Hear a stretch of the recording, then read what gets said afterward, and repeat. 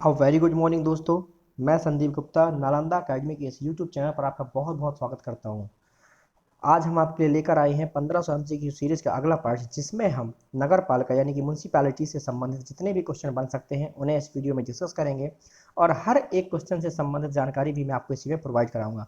तो चलिए आज की वीडियो स्टार्ट करते हैं। और दोस्तों, वीडियो स्टार्ट करने से पहले यदि आपने अब तक हमारे चैनल को सब्सक्राइब नहीं किया है तो इसे सब्सक्राइब कर दें और साथ ही प्रेस आए बेल आइकन भी दबा दें ताकि आपकी कोई भी वीडियो आपसे मिस ना होने पाए। तो चलिए आज की वीडियो स्टार्ट करते हैं, जिसमें हमारा आज का पहला क्वेश्चन है कि नगर निगम को संविधान की किस अनुसूची में रखा जाता है या रखा गया है। आपके ऑप्शन है अनुसूची 10, अनुसूची 9, अनुसूची 11 या फिर अनुसूची 12। तो दोस्तों, नगर निगम को या नगर पालिका कुछ भी कह सकते हो आप, जिसको हम इंग्लिश में बोलते हैं म्यूनसिपैलिटी। क्या बोलते हैं दोस्तों? इसको इंग्लिश में कहा जाता है म्यूनसिपैलिटी। ठीक है, म्यूनसिपैलिटी। इसे किस अनुसूची में रखा गया है? तो आपके ऑप्शन है 10, 9, 11 या 12। तो दोस्तों, इसका सही ऑप्शन है डी, अनुसूची 12। यानी कि अनुसूची 12 जो होती है या जो अनुसूची 12 है उसे उसमें हमने नगर निगम को या म्यूनसिपैलिटी जो है उसको रखा गया है। ठीक है।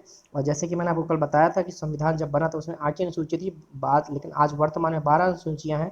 तो ये जो बाकी अनुसूचियां हैं बाद में जोड़ा गया है संविधान में। ठीक है। जिसमें से हमने कल देखा था कि 11 में क्या था, 11 में पंचायती सिस्टम था। ठीक है, पंचायती राज सिस्टम था। और 12 में क्या है, 12 में म्यूनसिपैलिटी यानी गांव में स्थानीय शासन की बात करता है जो, यानी ग्राम पंचायत, उसका जिक्र किया गया है 11वीं अनुसूची में। और जो शहरों में स्थानीय सुशासन की बात करता है, शहरी स्थानीय शासन की बात करता है, उसका जिक्र 12वीं अनुसूची में किया गया है। तो आपका सही ऑप्शन इसमें क्या होगा दोस्तों? तो इसमें आपका सही ऑप्शन है दोस्तों डी, अनुसूची 12। चलिए अगला क्वेश्चन देखते हैं। हमारा अगला क्वेश्चन है, स्थानीय स्वशासन के तहत नगर निगम को स्वशासन करने की शक्ति किस संविधान संशोधन के द्वारा दी गई है? ये हमने उसमें भी डिस्कस किया था दोस्तों। अब इसमें भी देख लेते हैं आपके ऑप्शन क्या क्या है। आपका ऑप्शन है 73rd कॉन्स्टिट्यूशनल अमेंडमेंट यानी कि 73वां संविधान संशोधन, 74वां संविधान संशोधन, 75वां संविधान संशोधन या फिर 76वां संविधान संशोधन। तो दोस्तों, इसका सही ऑप्शन क्या है? तो इसका सही ऑप्शन है बी, 74वां संविधान संशोधन यानी 74 74वां संविधान संशोधन। ठीक है, इसमें बात की गई है स्थानीय स्वशासन की। कौन सी स्थानीय? स्थानीय स्वशासन के तहत नगर निगम। ठीक है, नगर निगम को यहाँ पे इसकी बात की जाती है। और 73rd में क्या किया था, तो जो 73वां संविधान संशोधन था वो किस लिए किया गया था? तो वो पंचायती राज के लिए किया गया था। ठीक है, 73वां संविधान संशोधन किया गया था पंचायती राज सिस्टम के लिए और 74वां किया गया था इसके लिए। तो इसे आप याद रखिएगा दोस्तों। तो आपका इसमें सही ऑप्शन क्या है? आपका सही ऑप्शन है बी, 74th कॉन्स्टिट्यूशनल अमेंडमेंट। चलिए अगला क्वेश्चन देखते हैं। हमारा अगला क्वेश्चन है, 74वां संविधान संशोधन जो नगर निगम से संबंधित है कब किया गया था? ठीक है, अब हमने ये तो देख लिया कि 74वां संविधान संशोधन है जो नगर निगम से संबंधित है, पर इसे किया कब गया था? आपके ऑप्शन है 1990, 1991, 1992 या फिर 1993। तो दोस्तों, इसका सही ऑप्शन है सी, 1992। यानी कि जो 74वां संविधान संशोधन इसे ऐसे लिखा जाता है कि 74th कॉन्स्टिट्यूशनल अमेंडमेंट 1992। क्या लिखा जाता है? 1992 यानी 1992। ठीक है, ये से लिखा जाता है दोस्तों। तो इस प्रकार आपका बी सी ऑप्शन इसमें सही है क्योंकि 1992 में संशोधन किया गया था। चलिए हम अगला क्वेश्चन देखते हैं। हमारा अगला क्वेश्चन है कि भारत का पहला नगर निगम कहाँ पर स्थापित किया गया था? ठीक है, भारत का पहला नगर निगम कहाँ पर स्थापित किया गया था, ये कह सकते हैं कि भारत का पहला नगर निगम कौन सा था? ठीक है, भारत का पहला नगर निगम कौन था? कौन सा शहर जो है वो नगर निगम बना था पहली बार? कौन था? ठीक है, कौन था पहला नगर निगम? आपके ऑप्शन है मद्रास, कोलकाता, मुंबई या फिर इलाहाबाद। तो दोस्तों, इसका सही ऑप्शन क्या है? तो इसका सही ऑप्शन है ए, मद्रास। यानी कि मद्रास जो है वो पहला नगर निगम है, जो पहला नगर निगम घोषित किया गया था भारत का, वो पहला नगर निगम था मद्रास। मद्रास को यानी कि सबसे पहले नगर निगम घोषित किया गया था। ठीक है दोस्तों, तो इसमें आपका सही ऑप्शन क्या है? तो इसमें आपका सही ऑप्शन है ए। अब क्वेश्चन आता है, इसके बाद कौन हुए? तो इसके बाद मुंबई और कोलकाता को किया गया था दोस्तों। इसके बाद किसको किया गया था? तो इसके बाद मुंबई और कोलकाता को एक साथ किया गया था, लेकिन सबसे पहले किसे किया गया था? तो सबसे पहले किया गया था मद्रास को। तो इस प्रकार आपका इसमें ऑप्शन सही है। चलिए अगला क्वेश्चन देखते हैं। हमारा अगला क्वेश्चन है कि भारत में स्थानीय स्वशासन का पिता किसे कहा जाता है? ये दोस्तों क्वेश्चन कई बार आता है। ठीक है, ये क्वेश्चन कई बार आया हुआ है, जिसे आप अच्छे से समझिए कि भारत में स्थानीय स्वशासन का पिता किसे कहा जाता है। आपकी ऑप्शन है Lord Curzon, Lord Ripon, Lord Mayo या फिर लॉर्ड वेलिंगटन। तो दोस्तों, हमारे जो लॉर्ड रिपन है, ठीक है, लॉर्ड रिपन है जो बी ऑप्शन है, इसको सही किया गया है। यानी लॉर्ड रिपन को ही स्थानीय स्वशासन का पिता कहा जाता है। अब क्वेश्चन है कि क्यों कहा जाता है? तो जो लॉर्ड रिपन है इन्होंने ही 1882 में, कब दोस्तों? 1882 में एक स्थानीय स्वशासन के लिए संकल्प पारित किया था, जिसे क्या कहा गया था, जिसे मैग्ना कार्टा की हैसियत दी गई थी। जैसे मैग्ना कार्टा कहा गया था स्थानीय स्वशासन के लिए, एक आदेश पत्र कह सकते हो आप। मैग्ना कार्टा का मैंने मतलब बताया था कि मैग्ना कार्टा का मतलब होता है एक आदेश पत्र। तो मैग्ना कार्टा की संज्ञा दी गई थी क्योंकि 1882 में मैग्ना कार्टा लाए थे, और उसी कारण से इन्हें भारत में स्थानीय स्वशासन का पिता भी कहा जाता है। ठीक है, चलिए तो आप इसका ऑप्शन क्या सही है दोस्तों, इसका बी ऑप्शन सही है। भारत का पहला नगर निगम मद्रास में कब स्थापित किया गया, आपका क्वेश्चन है। ये हमने पिछले स्लाइड में पढ़ा कि जो पहला नगर निगम है वो कौन था, वो मद्रास था। तो अब ये था कि कब किया गया था, कब स्थापित किया गया था, मतलब जो हमारा मद्रास में पहला नगर निगम बना तो कब बना था पहला नगर निगम। आपके ऑप्शन है 1688, 1726, 1882 या 1907। तो दोस्तों इसका सही ऑप्शन है ए, 1688। 1688 में ही भारत का पहला नगर निगम मद्रास में स्थापित किया गया था। ठीक है, 1688 में ही मद्रास में पहला नगर निगम स्थापित किया गया था, या कह सकते हैं कि मद्रास को पहला नगर निगम बनाया गया था या नगर निगम घोषित किया गया था। इसके बाद मैंने आपको बताया था कि बम्बई और जो हमारा कोलकाता से साथ में बनाया गया था, तो 1726 में, मतलब 1726 में बम्बई और फिर इसके बाद एक साथ बम्बई और क्या है, कलकत्ता। ठीक है, बम्बई और कलकत्ता को बना दिया गया था, कलकत्ता को एक साथ बना दिया गया था। तो सब 1688 में मद्रास को और 1726 में बम्बई और कलकत्ता को एक साथ बना दिया गया था। तो इस प्रकार आपका इसमें जो क्वेश्चन की डिमांड है वो ऐसा ही है, समझने वाली बात है। और इसके बाद 1882 में आपको बता दिया कि लॉर्ड रिपन ने क्या किया था, एक संकल्प पारित किया था स्थानीय स्वशासन का, जिसे मैग्ना कार्टा की संज्ञा दी गई, और इसी कारण से उन्हें भारतीय स्थानीय स्वशासन का जनक भी कहा गया।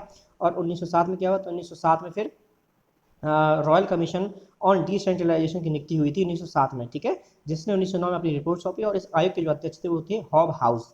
ठीक है, कौन थे, हॉब हाउस इसके अध्यक्ष थे। तो इस प्रकार से आपका इसमें क्वेश्चन में ए ऑप्शन सही है। यदि पूछे बम्बई कलकत्ता की जो पूछे तो 1726 है। इस प्रकार आपका इसमें क्वेश्चन में ए ऑप्शन सही है। चलिए अगला क्वेश्चन देखते हैं। हमारा अगला क्वेश्चन है कि निम्न में से कौन सी समिति, ये निम्न में से है, ठीक है, निम्न में से कौन सी समिति स्थानीय नगर शासन के लिए विषय से संबंधित नहीं है। ठीक है, कौन सी ऐसी समिति जो स्थानीय नगर शासन के विषय से संबंधित नहीं है। आपके ऑप्शन है जॉन मथाई, नरुद्दीन बिल्कुल है, नरुद्दीन अहमद बिल्कुल है, रफीक जकारिया बिल्कुल है, अशोक मेहता ये नहीं है। ठीक है, तो आपका क्या ऑप्शन सही है दोस्तों, सही है डी, क्योंकि ये नहीं पूछ रहा है। और हमने कल ही पढ़ा था कि हमारे जो अशोक मेहता समिति है वो किससे थी, पंचायती राज से संबंधित। ठीक है, जो अशोक मेहता समिति थी वो पंचायती राज से संबंधित थी।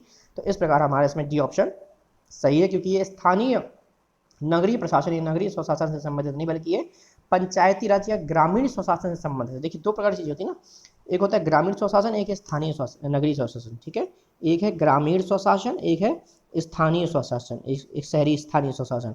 ठीक है, बाकी सब चीज़ें ये ग्रामीण स्वशासन की बात करता है, ये शहरी स्वशासन की बात करता है। ठीक है, अब ये जो है 73rd कॉन्स्टिट्यूशन है ना, ये 74th कॉन्स्टिट्यूशन है, अमेंडमेंट है, और ये गांव में करता है, ये शहर में करता है, बस अंतर इतना है। तो यहाँ पे हम बात कर रहे हैं स्थानीय की, इसकी बात कर रहे हैं हम। ठीक है, जब इसकी बात कर रहे हैं तो यहाँ पे ये जो है ये तीनों नाम शहरी से है, लेकिन ये जो नाम है ये इनसे रिलेटेड है। ठीक है, इसलिए यहाँ पे आपका डी ऑप्शन इसमें सही है, क्योंकि नहीं पूछ रहा था ये। चलिए अगला क्वेश्चन देखते हैं। हमारा अगला क्वेश्चन है कि भारत के संविधान में नगर पालिका को संविधान के किस भाग में जोड़ा गया है। ठीक है, भारत के संविधान में नगर पालिका को किस भाग में जोड़ा गया है। आपके ऑप्शन है भाग 9, भाग 9A, भाग 10 या फिर भाग 11। तो दोस्तों इसका सही ऑप्शन है बी, भाग 9A। ठीक है, तो जो 73rd और 74 कॉन्स्टिट्यूशनल अमेंडमेंट यानी 74वां संविधान संशोधन किया गया था, उसके द्वारा भाग जोड़े गए थे। एक भाग 9, भाग 9 में क्या था, भाग 9 में रखा गया पंचायतों को। किसको रखा गया, पंचायतों को। ठीक है, भाग 9 में पंचायतों को रखा गया, पंचायतों को। और जो भाग 10 है, जो भाग 9A है, सॉरी भाग जो 9A है, इसमें रखा गया नगर पालिकाओं को। किसको रखा गया दोस्तों, इसमें रखा गया नगर पालिकाओं को। ठीक है, नगर पालिकाओं को इसमें रखा गया था, तो इसलिए भाग 9A इसका सही ऑप्शन है। चलिए ठीक है, चलिए अगला क्वेश्चन देखते हैं। हमारा अगला क्वेश्चन है कि निम्न में से कौन इस शहरी स्थानीय शासन के अंतर्गत आने वाली संस्था नहीं है। ठीक है, निम्न में से कौन शहरी स्थानीय शासन, देखिए शहरी स्थानीय शासन के अंतर्गत आने वाली संस्था नहीं है। आपके ऑप्शन है नगर पंचायत बिल्कुल है, नगर पालिका ये भी है, नगर निगम ये भी है। तो आपका सही ऑप्शन क्या होगा दोस्तों, जिला पंचायत। जो जिला पंचायत है, मैंने आपको बताया था कि ग्राम पंचायत, इसके बाद जिला नगर खंड पंचायत, ठीक है, या से पंचायत समिति भी कह दिया जाता है, और जिला पंचायत, ये तीनों किसके अंतर्गत आते हैं, तो ये तीनों पंचायत राज के अंतर्गत आते हैं, पंचायती राज के अंतर्गत आते हैं, यानी ग्रामीण स्वशासन की संस्थाएं हैं। और जब हम बात करते हैं नगर पंचायत, नगर पालिका, नगर निगम की, तो ये स्थानीय शहरी स्वशासन के अंतर्गत आते हैं, ठीक है, शहरी स्वशासन के अंतर्गत आती हैं। तो इस प्रकार आपका जो ऑप्शन दिया गया है उसमें आपका जिला पंचायत जो है ग्रामीण से रिलेटेड है, इसलिए आपका ये ऑप्शन इसमें सही होगा, सी, और ये तीनों नगर के ही है। चलिए अगला क्वेश्चन देखते हैं। हमारा अगला क्वेश्चन है कि शहरी स्थानीय सुशासन को संविधान में किस अनुच्छेद से किस अनुच्छेद तक रखा गया है। आपके ऑप्शन है 243 से 243 जेड जी, 243 से 243 जेड एफ, 243 से 243 जेड ई, या फिर इनमें से कोई भी नहीं। तो दोस्तों इसका सही ऑप्शन है ए, यानी जो हमारा संविधान संशोधन हुआ था उसमें 243 आर्टिकल था, उस 243 आर्टिकल में ही फिर और खंड जोड़ दिए गए, जिसमें ओ तक जो है 243 से 243 ओ तक हमने देखा था कि वो पंचायती राज से संबंधित आर्टिकल्स थे, और उसके बाद जितने पी है इसके बाद से, पी के बाद से जेड जी तक जो आर्टिकल है वो कहते हैं, मतलब जेड तक हो गया, फिर Z A, Z B, Z C, Z D, Z E, और जेड ई एफ और जेड जी, यहाँ तक के जो आर्टिकल आते हैं वो आते हैं शहरी स्थानीय स्वशासन के संबंध में, उनके बारे में विस्तृत वर्णन करते हैं, बतलाते हैं कि कहाँ पे किसको क्या अधिकार दिया गया है। तो इस प्रकार आपका ए ऑप्शन इसमें दोस्तों सही होगा, ठीक है। चलिए अगला क्वेश्चन देखते हैं। हमारा अगला क्वेश्चन है कि शहरी स्थानीय स्वशासन अर्थात नगर पालिका का कार्यकाल कितने वर्ष का होता है। मैंने आपको कल बताया था कि राज्यसभा और विधान परिषद को छोड़ के बाकी सभी का कार्यकाल लगभग सभी का कार्यकाल 5 वर्ष का ही होता है। हमारे इंडिया में सबका कार्यकाल 5 वर्ष का होता है, सिर्फ उन दोनों का कार्यकाल 6 वर्ष का होता है। तो इनका कार्यकाल कितने वर्ष का होगा दोस्तों, आपके 4, 5, 6, 3, तो आपका क्या सही होगा इसमें, बी ऑप्शन सही होगा, यानी उनका कार्यकाल भी कितने वर्ष का होगा, तो उनके कारण का कार्यकाल भी 5 वर्ष का ही होगा, ठीक है, यहाँ पे 5 वर्ष होगा, ठीक है। तो आपका क्या ऑप्शन सही है दोस्तों, तो इसमें आपका बी ऑप्शन सही है। चलिए अगला क्वेश्चन देखते हैं। अगला क्वेश्चन है नगर पालिकाओं के विकसित होने की दशा में इनके विघटन होने की तिथि से कितने महीने की अवधि के अंदर चुनाव हो जाने चाहिए, ठीक है। तो ये पूछा है कि नगर पालिका जब विकसित हो जाती है तो कितनी अवधि के अंदर फिर दोबारा चुनाव हो जाना चाहिए ताकि नई नगर पालिका का गठन हो सके। तो आपके ऑप्शन है 2 माह, 3 माह, 4 माह या 6 माह। अच्छा दोस्तों, इसी को ना माह में की जगह वो दिन में भी कन्वर्ट कर सकता है कि 60 दिन, 90 दिन, 120 दिन या फिर 180 दिन। तो आपको कंफ्यूज नहीं होना है, किसी भी तरीके से फॉर्म में पूछा जा सकता है, बस इतना ही करेगा, ठीक है, या तो माह या दिन, उनको घंटों में कन्वर्ट नहीं करेगा, आप चिंता मत करिए। तो इसका सही ऑप्शन क्या है, तो आपको मैंने कल ही बताया था, इसका भी वही आंसर है डी, 6 माह। यानी कि जब एक बार कोई भी नगर पालिका विकसित हो जाती है तो 6 माह यानी कि वो 180 दिन, जिस दिन वो विकसित हुई है उसके 180 दिन के अंदर अंदर फिर से नए चुनाव हो जाने चाहिए और नई नगर पालिका का निर्माण हो जाना चाहिए, नई म्यूनसिपैलिटी का निर्माण हो जाना चाहिए। सेम जैसे मैंने आपको पंचायती राज व्यवस्था में बताया था कि जब किसी पंचायती राज के चुनाव होने होते हैं और एक जब पंचायती राज का वो है उनका टेन्योर या टाइम पीरियड खत्म हो जाता है, तो उनके टाइम पीरियड खत्म होने के 6 माह के अंदर यानी 180 दिन के अंदर अंदर दोबारा से चुनाव हो जाना चाहिए। सेम यहाँ पे है कि इनके में भी यही है कि 6 माह के अंदर अंदर दोबारा से चुनाव हो जाना चाहिए और नई संस्था या नए लोगों का चयन हो जाना चाहिए ताकि वापस से कार्य करने लग जाए, ठीक है। तो मैक्सिमम दिन कितना है, 180, इसके अंदर अंदर नए चुनाव हो जाने चाहिए। चलिए अगला क्वेश्चन देखते हैं। हमारा अगला क्वेश्चन है कि शहरी स्थानीय स्वशासन के लिए चुनाव कराने की जिम्मेदारी किसकी होती है, ठीक है। आपके ऑप्शन है राज्य निर्वाचन आयोग, जिला निर्वाचन आयोग, ये राष्ट्रीय वो लेवल पे होगा जब बात ये लिखा गया, तो राज्य विधानमंडल या फिर राष्ट्रपति। दोस्तों इसका सही ऑप्शन है ए, राज्य निर्वाचन आयोग। मैंने आपको पंचायती राज में बताया था कि हर एक कंपलसरी प्रावधान थे, एक स्वैच्छिक प्रावधान थे, मतलब एक तो ऐसे थे कि जो आपको अनिवार्य प्रावधान, एक स्वैच्छिक प्रावधान है। अनिवार्य प्रावधान में मैंने आपको बताया था कि हर राज्य के लिए एक अनिवार्य कर दिया गया था कि उसे अपनी पंचायतों के और नगर पालिकाओं के चुनाव कराने के लिए एक राज्य निर्वाचन आयोग का गठन करना होगा और मुख्य जिसमें एक निर्वाचन आयुक्त होगा और उस मुख्य निर्वाचन आयुक्त की जो शक्तियां हैं, जो सेवा शर्त है, जो कार्य है, वो सब कुछ कौन डिसाइड करेगा, तो सब कुछ डिसाइड करेगा राज्यपाल। तो यहाँ पे भी मैंने आपको बताया कि म्यूनसिपैलिटी प्लस पंचायती राज, इन दोनों के लिए कौन चुनाव आयोजित कराता है, तो इन दोनों के चुनाव आयोजित कराता है राज्य निर्वाचन आयोग। इसके अलावा राष्ट्रपति, उपराष्ट्रपति, लोकसभा, विधानसभा, राज्यसभा, ठीक है, इन सभी के चुनाव जो होते हैं वो कौन ऑर्गेनाइज करता है, तो वो कराता है निर्वाचन आयोग, जिसको हम कह सकते हैं नेशनल इलेक्शन कमीशन, राष्ट्रीय निर्वाचन आयोग, ठीक है, वो इनके करता है। और म्यूनसिपैलिटी और पंचायती इन दोनों के चुनाव कराता है राज्य निर्वाचन, स्टेट इलेक्शन कमीशन। जो भी संबंधित राज्य का राज्य निर्वाचन आयोग होगा वो वहाँ के पंचायती राज और नगर पालिकाओं के चुनाव के लिए जिम्मेदार होगा। तो यदि ऐसा कुछ भी होता है तो वही इनके लिए चुनाव करवाते हैं। पूरी नामावली तैयार करना, लिस्ट बनाना, चुनाव कराना, कहाँ कैसे कराने, कब कराने, पूरा सब कुछ यही डिसाइड करता है, ठीक है। चुनाव चिन्ह देना, सारा कारभार इसी के ऊपर होता है। तो जिम्मेदारी किसकी है, राज्य निर्वाचन आयोग की, यानी कि स्टेट इलेक्शन कमीशन की, स्टेट इलेक्शन कमीशन की जिम्मेदारी होती है, ठीक है। चलिए अगला क्वेश्चन देखते हैं। हमारा अगला क्वेश्चन है नगर पालिकाओं को संविधान में 12वीं अनुसूची के तहत कितने विषय दिए गए हैं, ठीक है, कितने विषय दिए गए हैं। जैसे कि मैंने आपको बताया कि संविधान के द्वारा एक निश्चित विषय बांट दिए गए हैं, किसको किसको, पंचायती राज को और नगर पालिकाओं को। अब कई बार राज्यों के ऊपर डिपेंड करता है कि राज्य उन्हें कितने विषय प्रोवाइड करा रहे हैं, क्योंकि जो पंचायती राज या नगर पालिका है राज्य सूची के वजह है, ठीक है। तो राज्य के ऊपर अधिकार, राज्य के पास अधिकार होता है कि उसके संबंध में वो कानून बनाते हैं और उन्हें कितने अधिकार ट्रांसफर करने हैं अपने लोकल गवर्नमेंट के लिए, लोकल गवर्नेंस के लिए, उनके ऊपर बेसिकली डिपेंड करते हैं कि वो कितने अधिकार उन्हें दे रहे हैं। लेकिन संविधान द्वारा या अमेंडमेंट, कॉन्स्टिट्यूशनल अमेंडमेंट द्वारा उन्हें कितने अधिकार दिए गए हैं, कितने सब्जेक्ट दिए गए हैं, कितने विषय दिए गए हैं, आपके ऑप्शन है 15, 18, 22 या फिर 25। तो उसका सही ऑप्शन है बी 18, ठीक है। वहाँ पे मैंने आपको बताया था कि इसमें 18 विषय दिए गए हैं, और जब हम बात करते हैं पंचायती राज की तो उसमें कितने विषय दिए गए थे, तो उसमें 29 विषय दिए गए थे, ठीक है। उसमें 29 विषय दिए गए थे और उसमें 18 विषय दिए गए हैं, ठीक है। और बाकी ये वरी भी करता है स्टेज वाइज, है ना, अलग अलग स्टेट में अलग अलग भी हो सकते हैं। वैसे 18 विषय को दिए गए हैं संविधान की तरफ से, कॉन्स्टिट्यूशनल अमेंडमेंट के द्वारा। चलिए अगला क्वेश्चन देखते हैं। हमारा अगला क्वेश्चन है कि नगर पालिकाओं की वित्तीय स्थिति की जांच करने के लिए वित्त आयोग का गठन कौन करता है, ठीक है। आपके ऑप्शन है संसद, राष्ट्रपति, राज्य विधानमंडल या फिर राज्यपाल।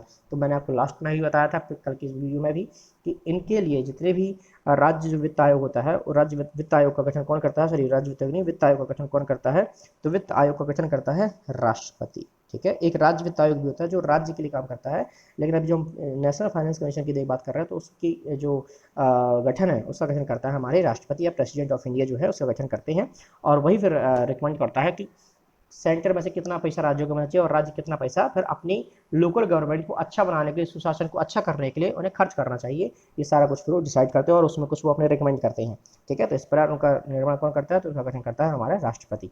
चलिए अगला क्वेश्चन देखते हैं। हमारा अगला क्वेश्चन है कि शहरी स्थानीय निकाय अपना शासन चलाने के लिए वित्तीय संसाधन कहाँ से प्राप्त करते हैं, ठीक है। शहरी स्थानीय निकाय, जैसे वहाँ तक बताया था मैंने कि गवर्नमेंट अनुदान यानी गवर्नमेंट ग्रांट या सरकारी जो अनुदान है, वित्तीय सहायता है, उससे उनका काम होता है। सरकार के द्वारा ग्रांट मिलते हैं पंचायती राज सिस्टम को, पंचायती राज को, क्योंकि उनके पास में टैक्स या कर लगाने की ज़्यादा शक्ति नहीं होती है। तो वो क्या करते हैं, छोटे मोटे कर ही वसूल सकते हैं, जो उनको वसूलना उनके लिए मुश्किल हो जाता है, क्योंकि वो सब लोकेलिटी में होते हैं। तो फिर वो सब चाचा मामा टाइप के लोग होते हैं, है ना, तो उनसे आप कर नहीं ले पाते हो, क्योंकि वहाँ पे व्यवहार का काम भी होता है। तो इसलिए उनको ज़्यादातर सेंट्रल गवर्नमेंट और स्टेट गवर्नमेंट से जो अनुदान मिलता है, जो वित्तीय सहायता मिलती है, उसी से वो अपना विकास कार्य देखते हैं। लेकिन इनके पास में कुछ कर लगाने की शक्ति होती है, वो कौन कौन सी होती है, हमें ये देखना है कि वो अपने वित्तीय संसाधन कहाँ कहाँ से प्राप्त करते हैं। आपके ऑप्शन है कर एवं गैर कर राजस्व, बिल्कुल टैक्स और नॉन टैक्स रेवेन्यू, बिल्कुल सही है। अनुदान, ग्रांट भी मिलता है, बिल्कुल। हस्तांतरण, बिल्कुल। ट्रांसफर भी होते हैं।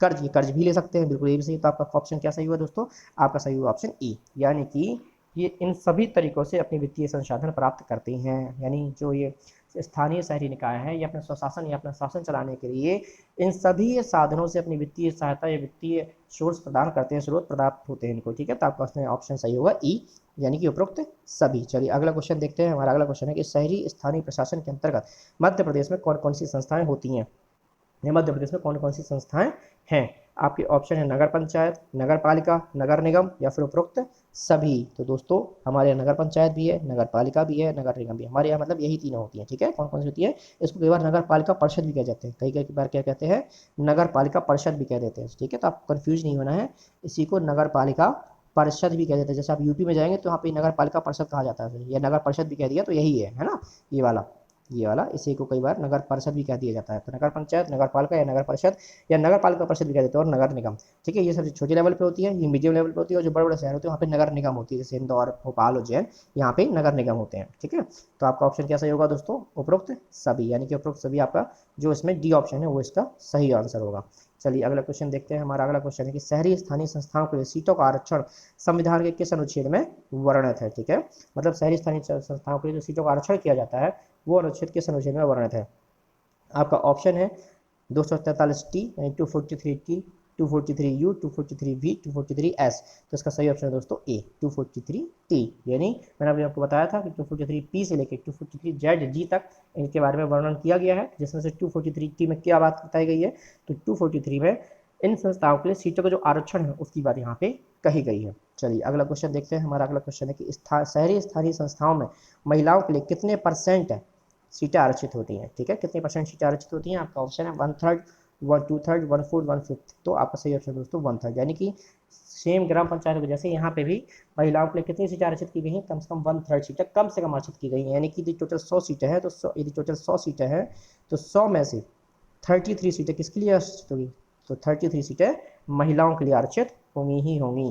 तो यहाँ पे 1/3 है ये, ठीक है। चलिए अगला क्वेश्चन देखते हैं। हमारा अगला क्वेश्चन है नगर पालिकाओं के गठन एवं संरचना की बात संविधान के क्रमशः किस अनुच्छेद में की गई है, ठीक है। संविधान के किस अनुच्छेद में क्रमशः की गई है, गठन एवं संरचना की बात करी गई है। गठन और संरचना किस में है, आपके ऑप्शन है 243 Q&R, 243 R&S, 243 Q&R, ओ अगेन अगेन हो गया, ठीक है।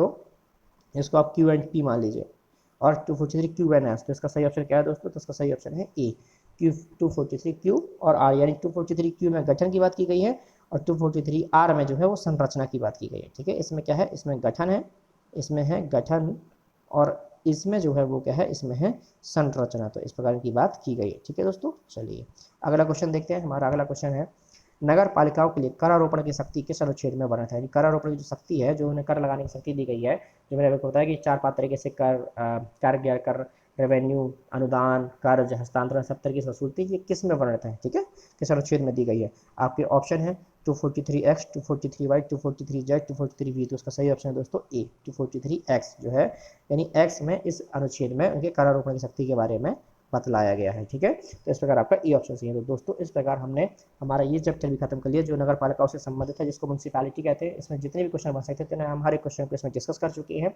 और क्वेश्चन ज़्यादातर दोस्तों यहीं से आएंगे, इन्हीं में से आएंगे। ठीक है, तो आज के लिए बस इतना ही। कल हम फिर एक नए मिलेंगे एक नए चैप्टर के साथ में, और उस चैप्टर से संबंधित जितने भी क्वेश्चन या एमसीक्यू बन सकते हैं उन्हें डिस्कस करेंगे, हर एक क्वेश्चन को डिटेल के साथ में। और दोस्तों आई होप कि आपको वीडियो पसंद आई होगी। यदि कुछ भी आपको डाउट होता है तो आप लोगों को कमेंट सेक्शन में मुझे बताइए। और आई होप कि आप सब अच्छे होंगे, घर पर होंगे, स्वस्थ होंगे। दोस्तों जब भी बाहर जाए मास्क लगा कर जाए, अपना ख्याल रखें, अपने परिवार का ख्याल रखें, और मन लगा पढ़ाई करें, क्योंकि प्री अब एकदम नज़दीक आ गया, तो अच्छे से पढ़ाई करते रहें। हम फिर मिलते हैं दोस्तों कल एक नई वीडियो के साथ में। और चैनल को प्लीज़, जब तक यदि लाइक नहीं किया है तो लाइक करें, शेयर करें, सब्सक्राइब करें, और वीडियो को ज़्यादा से ज़्यादा ट्रांसफर करें, सब लोगों के साथ में शेयर करें, उन्हें बताएं, ताकि वो भी इसका एजुकेशन का फ़ायदा उठा सके फ्री में। चलिए कल फिर मिलते हैं, धन्यवाद।